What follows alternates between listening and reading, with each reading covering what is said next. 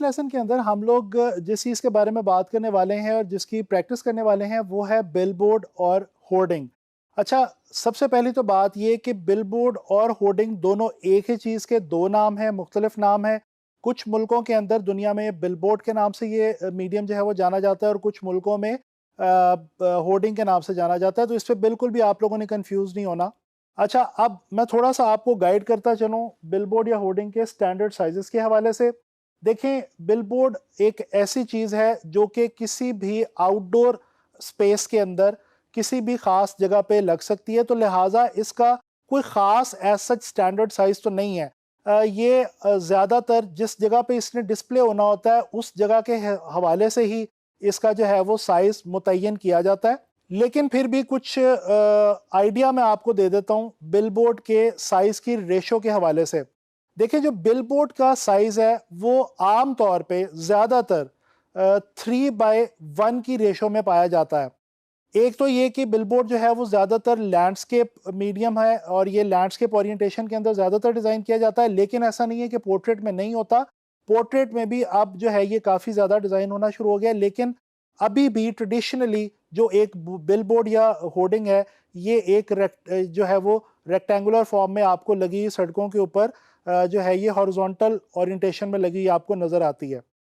अच्छा जी, इसका जो 3:1 का रेशो है उसके अकॉर्डिंगली एक आपको एग्जांपल देता हूं कि मिसाल के तौर पे रोड के ऊपर 60 फीट विड्थ और 20 फीट हाइट की अगर एक बिलबोर्ड लगी हो या एक होर्डिंग लगी हो, तो उसका जो एक्चुअल साइज का रेशो है वो 3:1 का है, यानी कि उसकी विड्थ अगर 3 है तो उसकी हाइट जो है वो 1 होगी। अच्छा, अब जब हम डिज़ाइन करने लगते हैं बिलबोर्ड को या होर्डिंग को, तो उसमें हमें जो एक मेजर प्रॉब्लम साइज़ के हवाले से आता है, वो अगेन इसी वजह से क्योंकि ये एक लार्ज साइज़ का मीडियम है, तो वो ये आता है कि हम फीट को इंचेस में कन्वर्ट कर रहे होते हैं। देखिए, हमारे पास जो सॉफ्टवेयर्स हैं इलस्ट्रेटर और फोटोशॉप वगैरह, ये हमें फीट का यूनिट प्रोवाइड नहीं करते, ऑफ़र नहीं करते। इनमें जो सबसे बड़ा मैक्सिमम जो हमारे पास यूनिट ऑफ मेजरमेंट है वो है इंचेस का, जबकि ये जो बिलबोर्ड या होर्डिंग है ये एक्चुअली फीट के अंदर मेजर होती हैं और फीट में ही इनका प्रिंट होता है और इनको डिस्प्ले किया जाता है। तो हम बेसिकली करते क्या हैं कि फीट को हम इंचेस में कन्वर्ट कर लेते हैं।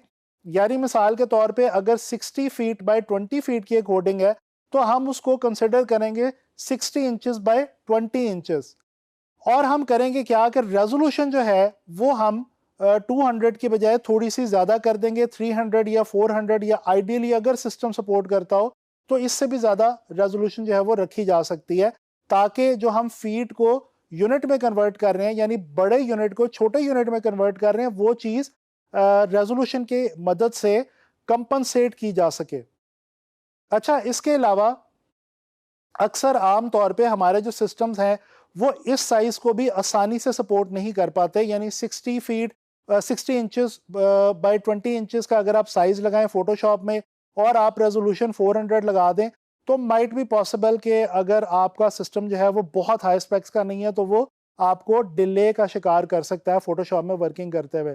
तो इसके लिए आसानी के तौर पे हम ये करते हैं कि अगेन वही 3:1 की रेशो वाला फार्मूला हम लगाते हैं कि 60 बाय 20 इंचेस की बजाय 15/5 इंचेस में भी अगर हम उसको डिज़ाइन कर लें, तो क्योंकि रेशो 3:1 की ही है, तो लिहाजा जब प्रिंटर उसको बाद में अपस्केल करेगा, बशर्ते कि रेजोल्यूशन हमने बढ़ाई हो, तो वो जो डिज़ाइन है वो ठीक तरह से प्रिंट हो सकता है। तो चलें अब हम चलते हैं सॉफ्टवेयर की तरफ और इस चीज़ को प्रैक्टिकली इंप्लीमेंट करके देखते हैं, और किसी फर्जी ब्रांड के लिए जो अब खुद से ज़ूम कर रहे हैं, कोई हम एक बिलबोर्ड या होर्डिंग डिज़ाइन करके देखते हैं। अच्छा, मैं सबसे पहले जो है फोटोशॉप के अंदर न्यू डॉक्यूमेंट जो है वो ले रहा हूँ, और यहाँ पे जैसा कि मैंने आपको बताया, मैंने विड्थ जो है वो 15 इंचेस रखी हुई है और हाइट जो है ये 5 इंचेस रखी हुई है। 3:1 की रेशो है और ओरिएंटेशन मेरी जो है वो लैंडस्केप है। रेजोल्यूशन मैंने 400 के करीब रखी हुई है, इसको 300 या 400 हम कर सकते हैं। और इसके अलावा मैंने कलर मोड जो है वो CMYK रखा हुआ है। अब मैं डॉक्यूमेंट क्रिएट करता हूँ, तो ये देखें कुछ इस किस्म का साइज़ हमारे सामने आएगा, कुछ इस किस्म का स्केल हमारा जो है वो बनेगा बिलबोर्ड के हवाले से। तो चलें, बिलबोर्ड के साइज के हवाले से तो हमने समझ लिया कि हम उसको किस तरह से मैनेज कर रहे होते हैं। अब हम एक बिलबोर्ड जो है वो डिज़ाइन करके देखते हैं। अभी इस वक्त आप लोगों के लिए मैंने एक फ़र्ज़ी ब्रांड जो है वो बनाया है बर्गर्स का या फास्ट फूड का, और ये बिल्कुल एक टोटली एक फ़र्ज़ी ब्रांड मैंने खुद से जो है वो नाम दे के वो मैंने बनाया ताकि हम प्रैक्टिस कर सकें, just for the sake of practice. तो चलें उसके हवाले से ही हम कुछ जो है वो होर्डिंग या बिलबोर्ड की लेआउट जो है उसको डिज़ाइन करके देखते हैं। अच्छा जी, सबसे पहले तो हम क्या करेंगे कि बैकग्राउंड जो है वो सबसे पहले इंपॉर्टेंट होती है और हम सबसे पहले बैकग्राउंड क्रिएट करने की कोशिश करते हैं। ग्रेडियंट टूल के ऊपर मैं आऊँगा। यहाँ पे हमारे पास ये कुछ कलर जो है वो हमारे पास मौजूद है, सियान 7, मजेंटा 100 और येलो 23 की मदद से। अच्छा, ये कुछ मैंने कलर इसलिए चूज़ किया है क्योंकि ये फास्ट फूड या कुछ फूड के हवाले से थोड़ा सा ज़रा इंटरेस्टिंग और लाइवली सा कलर है, तो इसलिए मैंने इस कलर को यहाँ पे इस वक्त चूज़ किया है। ये मैंने एक ग्रेडियंट टूल की मदद से एक बैकग्राउंड जो है वो यहाँ पे क्रिएट कर लिया है। अब मैं क्या करूँगा कि मैं यहाँ पे आपके पास मैं आपको दिखाता चलूँ कि ये एक मैंने फर्जी लोगो जो है वो डिज़ाइन किया हुआ है ABCDE बर्गर के नाम से, और इसी को हम यूज़ करेंगे अपनी प्रैक्टिस के लिए। अच्छा, यहाँ पे मैं बैकग्राउंड के हवाले से ही एक और चीज़ अभी फ़िलहाल जो है वो बनाना चाह रहा हूँ। वो मैं क्या कर रहा हूँ, मैं पेन टूल लेता हूँ और पेन टूल की मदद से मैं एक यहाँ पे एक खुद से एक ऐसे ही एक शेप जो है वो क्रिएट कर लेता हूँ। अच्छा, अब मैं क्या करूँगा कि मैं रोटेट टूल इलस्ट्रेटर में हम लोगों ने पहले भी सीखा था, यहाँ पे आके ऑल्ट की मदद से मैं ये जो मेरे पास सबसे नीचे जो एंकर पॉइंट पड़ा हुआ है इसके ऊपर आके मैं ऑल्ट की मदद से डबल क्लिक करूँगा और ये रोटेट की मेरे पास एक विंडो जो है ये पॉपअप हो जाएगी। अब यहाँ पे एंगल जो है ये मैंने 15 जो है वो रखा हुआ है, इसको मैं करता हूँ जी कॉपी। इसको मैं ये देखें। अच्छा, अब ये हमने कॉपी की है। अब हमने और कुछ भी नहीं करना, बड़ा ही सिंपल है। कंट्रोल डी मैं आपको बता चुका हूँ, रिपीट की कमांड है इलस्ट्रेटर में, ठीक है। कंट्रोल डी में प्रेस करता जा रहा हूँ और ये देखेंगे मेरे पास एक बड़ा मज़े का पैटर्न जो है ये बन गया। अब मैं इसको सारे को पकड़ता हूँ और थोड़ा सा मैं हॉरिजॉन्टली स्ट्रेच कर लेता हूँ। ये स्ट्रेच मैं क्यों कर रहा हूँ, क्योंकि मैंने इसको बिलबोर्ड के डिज़ाइन के अंदर लेके जाना है और आप लोगों को पता है कि जो बिलबोर्ड का डिज़ाइन है वो रेक्टेंगुलर है। इसको अब मैं यहाँ से करता हूँ कंट्रोल सी यानी कि कॉपी, और यहाँ पे न्यू लेयर लेके फोटोशॉप में इसको मैं करता हूँ जी paste as a smart object, ठीक है। यहाँ पे इसका मैं साइज थोड़ा सा जो है वो बढ़ा देता हूँ। अच्छा, यहाँ पे अब ब्लेंडिंग मोड हम लोगों ने देखे थे, आप लोगों को याद होगा, तो यहाँ से आके मैं इसको कोई से ब्लेंडिंग मोड जो हैं वो अप्लाई करके देखता हूँ, और ये जो हमने एक एक्स्ट्रा लेयर एक बीच में ऐड कर दी थी उसको मैं डिलीट कर देता हूँ। अब ये जनाबी अली मैं ब्लेंडिंग मोड जो है वो यहाँ पे इसके ऊपर अप्लाई करके देखता हूँ, और एरो की मदद से हम इसको बड़े आराम से ब्लेंडिंग मोड्स को जो है वो देख सकते हैं। ये सॉफ्ट लाइट जो है ये मुझे कुछ थोड़ा सा बेहतर लग रहा है, ये मर्ज हो रहा है मेरे बैकग्राउंड के अंदर मेरा जो एलिमेंट है।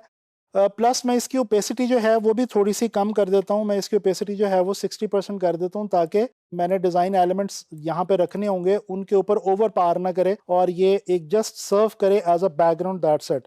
अच्छा जी, अब ये हमने कुछ थोड़ी सी बैकग्राउंड जो है वो यहाँ पे क्रिएट कर ली। अच्छा जी, ये अब मेरे पास कुछ चीज़ें पड़ी हुई हैं, तो इधर से ये PNG फॉर्म के अंदर मेरे पास एक ये बर्गर का इमेज है, ठीक है। और क्योंकि मैंने आपको बताया कि हम बर्गर या फास्ट फूड के हवाले से काम करने लगे हैं, तो ये हम यहाँ पे इसको ला के जो है वो प्लेस कर देते हैं। इसको थोड़ा सा मैं और छोटा करूँगा, ठीक है जी। और इसी तरह से मेरे पास ये एक कोला की PNG जो है ये पड़ी हुई है, ठीक है। ये आप देख सकते हैं। इसको मैं फ़ोटोशॉप के अंदर डायरेक्टली ओपन करके वहीं पे क्रॉप कर लेता हूँ। इसको मैं ये देखें यहाँ पे एक न्यू डॉक्यूमेंट के तौर पे ओपन करता हूँ। अब मैं क्या करूँगा कि मैं इसकी जो है वो पेन टूल की मदद से पाथ बना के इसकी मैं क्रॉपिंग कर लूँगा। ये पेन टूल मैंने सेलेक्ट किया और अब ये जो मेरे पास पूरा पोर्शन है इसको मैं सेलेक्ट करके इसकी मैं कर लूँगा क्रॉपिंग। क्रॉपिंग ये आप लोगों को याद होगा, मैंने आप लोगों को सिखाई थी, एक पूरा लेसन इसके ऊपर दिया था और मैंने आप लोगों को बताया था कि जितना ज़्यादा जूम करके आप क्रॉपिंग करेंगे उतनी ज़्यादा बेहतर क्रॉपिंग आप लोगों की होगी, ठीक है जी। यहाँ पे अब इसको मैं शिफ्ट की मदद से स्ट्रेट लेके जा रहा हूँ नीचे, क्योंकि स्ट्रेट लाइन है, तो जहाँ पे स्ट्रेट लाइन आ जाए वहाँ पे आप लोगों को मैंने टिप दी थी कि शिफ्ट की मदद से बड़े आराम से आप लोग इसको क्रॉप कर सकते हैं। अच्छा, अब क्योंकि बेसिकली मैंने करना क्या है, मुझे ये वाला जो लाइन वाला जो एलिमेंट है, ये वाली जो पिक्चर है ये नहीं चाहिए, तो इसको मैं सेलेक्ट कर लेता हूँ और मैं पास में जाके इसकी सिलेक्शन लेके इसको जो है वो यहाँ से डिलीट कर देता हूँ। और ये जो मेरे पास इमेज बच गया है ये बेसिकली मैं लेके जाना चाह रहा हूँ अपने फाइल के अंदर, तो इसको मैं यहाँ पे ड्रैग कर लूँगा अपनी फाइल में। इसको अब मैं बंद कर देता हूँ। ये देखें, ये जो मेरा कोला का इमेज है ये यहाँ पे आ गया।